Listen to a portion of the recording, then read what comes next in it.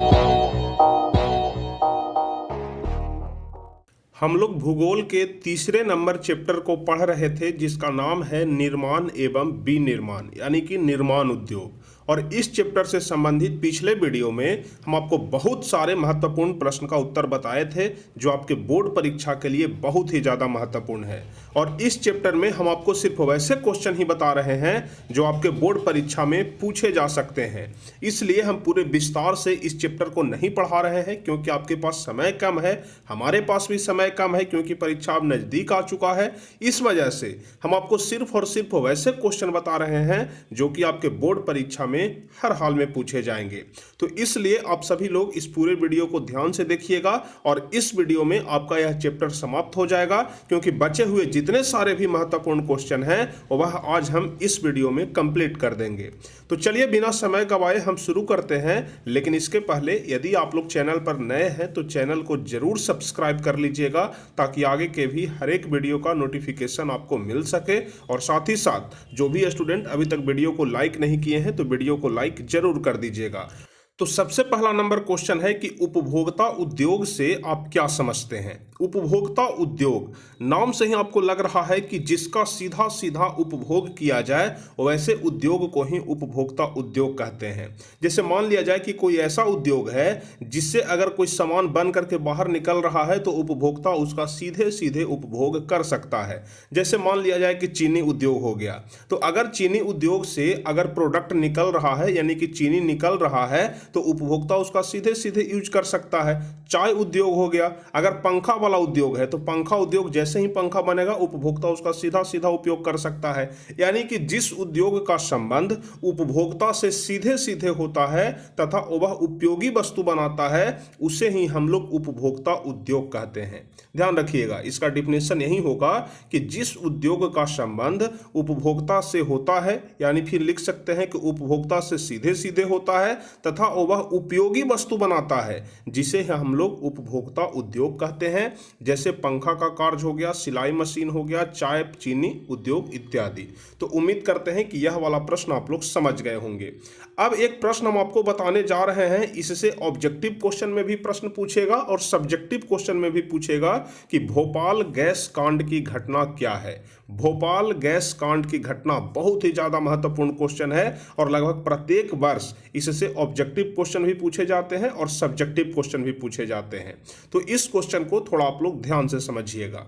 इसका जवाब लिखेंगे कि 3 दिसंबर 1984 ईस्वी में मध्य प्रदेश के भोपाल शहर में, ध्यान रखिएगा भोपाल शहर कहाँ में है, मध्य प्रदेश में है। तो 3 दिसंबर 1984 ईस्वी में मध्य प्रदेश के भोपाल शहर में अचानक कार्बाइड कंपनी में MIC गैस का रिसाव हुआ। MIC गैस कहने का मतलब मिथाइल आइसोसाइनाइड।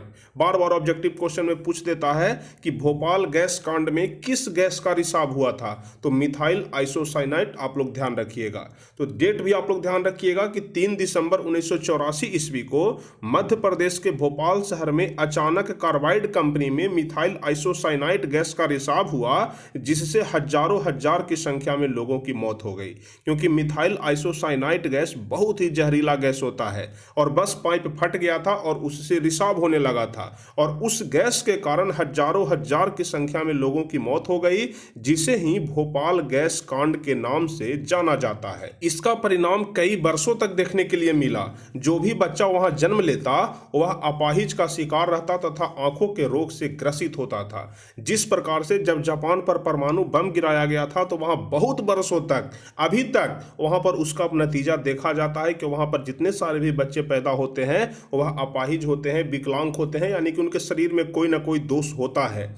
उसी तरह जब भोपाल में मिथाइल आइसोसाइनाइड गैस का रिसाव हुआ था तो उसके बाद कई वर्षों तक यह देखा गया कि जो भी बच्चा वहां जन्म लेता है वह अपाहिज होता है या फिर वह आंखों के रोग से ग्रसित होता है। तो कुल मिलाकर के भोपाल गैस कांड की घटना यही है जिसमें मुख्य रूप से ऑब्जेक्टिव क्वेश्चन के लिए यहां पर डेट डेट आप लोग ध्यान रखिएगा 3 दिसंबर 1984 ईस्वी। और कौन से गैस का रिसाव हुआ था, तो मिथाइल आइसोसाइनाइड गैस। तो मुख्य रूप से आप लोग अगर ऑब्जेक्टिव क्वेश्चन के पर्पज से इस क्वेश्चन को पढ़ रहे हैं तो 2 क्वेश्चन यहाँ पर आप लोग का बन सकता है, जिससे आप लोग ध्यान रखिएगा। लेकिन अगर लघु उत्तरीय के पर्पज से पढ़ रहे हैं तो यह पूरे क्वेश्चन को आप लोग ध्यान रखिएगा। तो चलिए, भोपाल गैस कांड के बारे में भी आप लोग समझ गए। अब हम आपको बताते हैं लौह इस्पात उद्योग का वर्णन करें। देखिए, पिछले क्लास में हम आपको बताए थे सूती वस्त्र उद्योग के बारे में और सीमेंट उद्योग के बारे में, और यहां पर हम आपको बता रहे हैं लौह इस्पात उद्योग के बारे में। और यह तीनों जो उद्योग है यह आपके परीक्षा के लिए महत्वपूर्ण है। इसी तीनों में से कोई एक क्वेश्चन जरूर पूछेगा, चाहे तो सूती वस्त्र के बारे में पूछ दे, या तो सीमेंट के बारे में पूछ दे, या तो लौह इस्पात उद्योग के बारे में पूछ दे। ऐसे तो आपके किताब में बहुत सारे उद्योग के बारे में पढ़ना है। जूट या पटसन उद्योग पढ़ना है, ऊनी वस्त्र उद्योग के बारे में बताया गया है, रेशम उद्योग हो गया, एल्युमिनियम उद्योग हो गया, चीनी उद्योग हो गया, तांबा उद्योग हो गया, रासायनिक उद्योग हो गया, उर्वरक उद्योग हो गया। यानी आपके किताब में बहुत सारे उद्योग के बारे में पढ़ना है, लेकिन यह सारे उद्योग आपके परीक्षा के लिए बहुत ही ज्यादा महत्वपूर्ण नहीं है, और जो बहुत ज्यादा महत्वपूर्ण है वह सारे हम आपको बता दिए हैं। तो चलिए अब हम लोग पढ़ते हैं लौह इस्पात के बारे में, यानी कि लोहा वाले उद्योग के बारे में। तो कह रहा है कि यह एक भारी उद्योग है जिसे आधारभूत उद्योग भी कहा जाता है तथा किसी भी अर्थव्यवस्था का रीढ़ माना जाता है। देखिए, ऑब्जेक्टिव क्वेश्चन में यहां से प्रश्न पूछता है कि अर्थव्यवस्था का रीढ़ किस उद्योग को माना जाता है, तो आप लोगों को बताना है कि लौह इस्पात उद्योग को। ध्यान रखिएगा, अर्थव्यवस्था का रीढ़ लौह इस्पात उद्योग को माना जाता है, क्योंकि जितने सारे छोटे बड़े उद्योग होते हैं वह सभी लौह इस्पात उद्योग पर निर्भर होते हैं।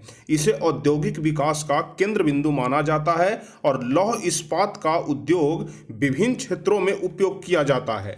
अब आप लोग जानते हैं कि लोहा का उपयोग तो सभी जगह पर होता है। जैसे अगर रेल की पटरी बनाना है तो वहां पर भी लोहा का उद्योग होगा, रेल का डिब्बा बनाना है तो वहां पर भी लौह इस्पात का उद्योग होगा। अगर मोटर गाड़ी बनाना है तो बिना लोहा के तो नहीं बनेगा, मशीन बनाना है तो बिना लोहा का नहीं बनेगा, भवन निर्माण में भी छड़ लगता है, सरिया लगता है, तो वहां पर भी लोहा का जरूरत है। जहाज का निर्माण करना है तो वहां पर भी लोहा लगेगा, किसी भी प्रकार के कृषि यंत्र का निर्माण करना है तो वहां पर भी लोहा लगेगा। यानी कि लौह इस्पात उद्योग का जो उपयोग होता है वह विभिन्न क्षेत्रों में होता है और लगभग सभी जगह पर होता है। और लौह इस्पात का पहला कारखाना 1830 ईस्वी में तमिलनाडु में स्थापित किया गया था, जो कि असफल रहा।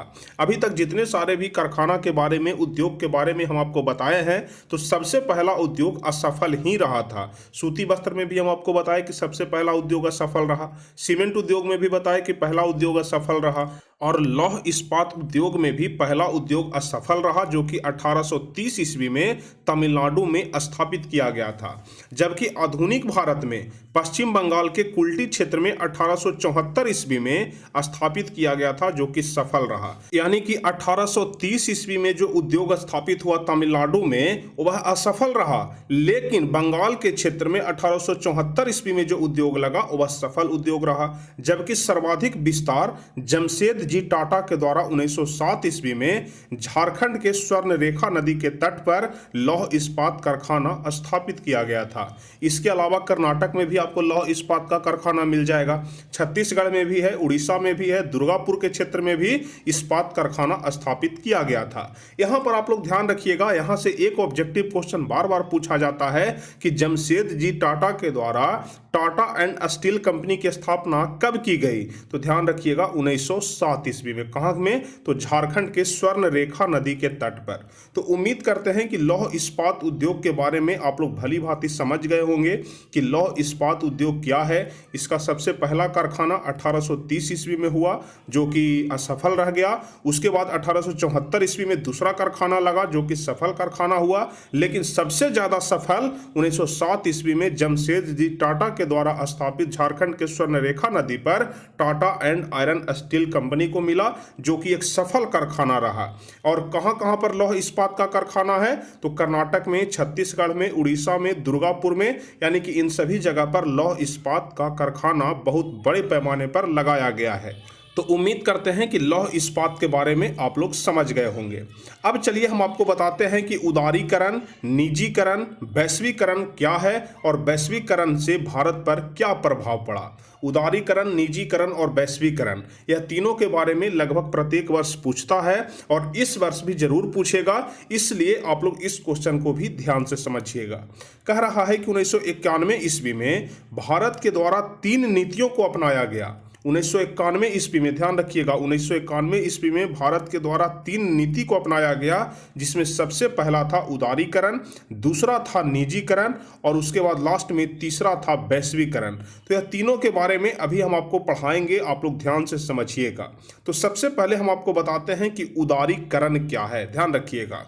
तो उदारीकरण के बारे में हम लोग लिखेंगे कि सरकार द्वारा लगाए गए सभी आवश्यक नियंत्रण एवं प्रतिबंधों को हटाने की जो प्रक्रिया है उसी को हम लोग उदारीकरण कहते हैं। और उदारीकरण का जनक डॉक्टर मनमोहन सिंह को माना जाता है, जो कि हमारे पूर्व प्रधानमंत्री हैं। इसके तहत अर्थव्यवस्था के सारे द्वार खोल दिए जाए और व्यापार नीति में सुधार किया जाए, जैसे शिक्षा हो गया, उद्योग हो गया, स्वास्थ्य हो गया, बैंक हो गया, बीमा हो गया, सेवा इत्यादि।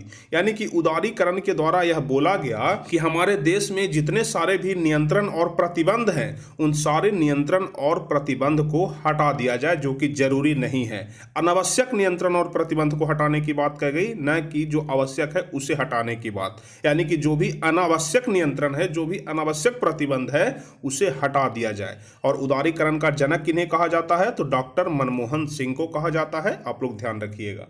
अब दूसरा है निजीकरण। तो निजीकरण के बारे में आप लोग ध्यान रखिएगा कि निजी क्षेत्र के द्वारा सार्वजनिक क्षेत्र पर उद्योगों पर पूर्णतः या अंशतः रूप से स्वामित्व करना ही निजीकरण कहलाता है। यानी कि जो सार्वजनिक उद्योग हैं उस पर पूर्णतः या अंशतः, या तो पूरा कब्जा कर लो या फिर आधा कब्जा, यानी कि उस पर पूर्णतः या अंशतः स्वामित्व स्थापित करना ही क्या कहलाता है? निजीकरण कहलाता है। इसमें बाजार के शक्ति को मजबूत किया जाता है, जिसके कारण पूंजी, रोजगार, उत्पादन, विकास की संभावना बढ़ जाती है। तो निजीकरण कहने का मतलब हुआ कि कोई भी सार्वजनिक उद्योग है उस पर पूर्णतः या अंशतः रूप से अपना स्वामित्व स्थापित कर लो और उसी को हम लोग निजीकरण कहते हैं। तो उदारीकरण और निजीकरण आप लोग दोनों समझ गए होंगे। अब उसके बाद लास्ट में एक आता है वैश्वीकरण। तो वैश्वीकरण के बारे में आप लोग ध्यान रखिएगा कि विश्व की अर्थव्यवस्था को विभिन्न देशों की अर्थव्यवस्था से जोड़ देने की प्रक्रिया को ही वैश्वीकरण कहते हैं। जैसे मान लिया जाए कि किसी देश में बहुत अच्छा नीति है तो उसे विश्व की अर्थव्यवस्था के साथ जोड़ दिया जाए, हर एक देश की अर्थव्यवस्था के साथ जोड़ दिया जाए और इसी को वैश्वीकरण कहते हैं। इसके फलस्वरूप वस्तुओं, सेवाओं तथा पूंजी का लगातार प्रवाह होता है। इसके कारण ही हमारे देश में अनेक प्रकार की बहुराष्ट्रीय कंपनियां आई। आप लोग सुनते होंगे कि विदेश का कंपनी भारत में आ रहा है। जैसे मान लिया जाए कि कोई भी कंपनी विदेशी है, जैसे चाइना का बहुत ज्यादा सामान है और चाइना अगर भारत में आकर के अपना उद्योग स्थापित कर ले तो वैसे स्थिति को ही हम लोग वैश्वीकरण कहते हैं। और इससे क्या होता है कि देश का आर्थिक विकास भी होता है। इसके कारण विज्ञान, उद्योग, शिक्षा के क्षेत्र में काफी विकास भी देखा गया, जो कि सकारात्मक प्रभाव है। और नकारात्मक के रूप में घर का छोटा छोटा उद्योग चौपट हो गया। यानी कि जब बड़े पैमाने पर उद्योग लग गए तो घर के जितने सारे भी छोटे छोटे उद्योग थे वह सारे चौपट हो गए, यानी कि बंद हो गए। तो कुल मिलाकर के वैश्वीकरण के बारे में हम आपको बता दिए, निजीकरण के बारे में हम आपको बता दिए और उदारीकरण के बारे में हम आपको बता दिए। और यह भी बताए कि वैश्वीकरण से भारत पर क्या प्रभाव पड़ा। तो इससे क्या हुआ, छोटे छोटे उद्योग तो जितने सारे भी थे वह बंद हो गए, लेकिन यहाँ पर विकास बहुत तेजी से हुआ। तो उम्मीद करते हैं कि यह वाला प्रश्न भी आप लोग अच्छे तरीके से समझ गए होंगे। और इसी के साथ आपका यह चैप्टर समाप्त हो जाता है। यानी कि इस चैप्टर में जितने सारे भी महत्वपूर्ण क्वेश्चन थे हम आपको बता दिए। अब इसके अलावा इस चैप्टर से संबंधित कोई एक्स्ट्रा क्वेश्चन नहीं पूछा जाएगा, चाहे वह सब्जेक्टिव हो या फिर ऑब्जेक्टिव हो, क्योंकि साथ साथ हम आपको ऑब्जेक्टिव भी बताते चलते हैं। तो चलिए, उम्मीद करते हैं कि यह पूरा वीडियो आप लोग भली भांति समझ गए होंगे। और अगर अच्छे तरीके से इस पूरे वीडियो को समझ गए हैं तो आप सभी लोग इस वीडियो को लाइक जरूर कर दीजिएगा, अपने दोस्तों के बीच शेयर भी कर दीजिएगा। और जो भी स्टूडेंट चैनल पर नए हैं तो चैनल को जरूर सब्सक्राइब कर लीजिएगा, ताकि आगे के भी हर एक वीडियो का नोटिफिकेशन आपको मिल सके। तो चलिए फिर मिलते हैं अगली क्लास में। तब तक के लिए जय हिंद, धन्यवाद।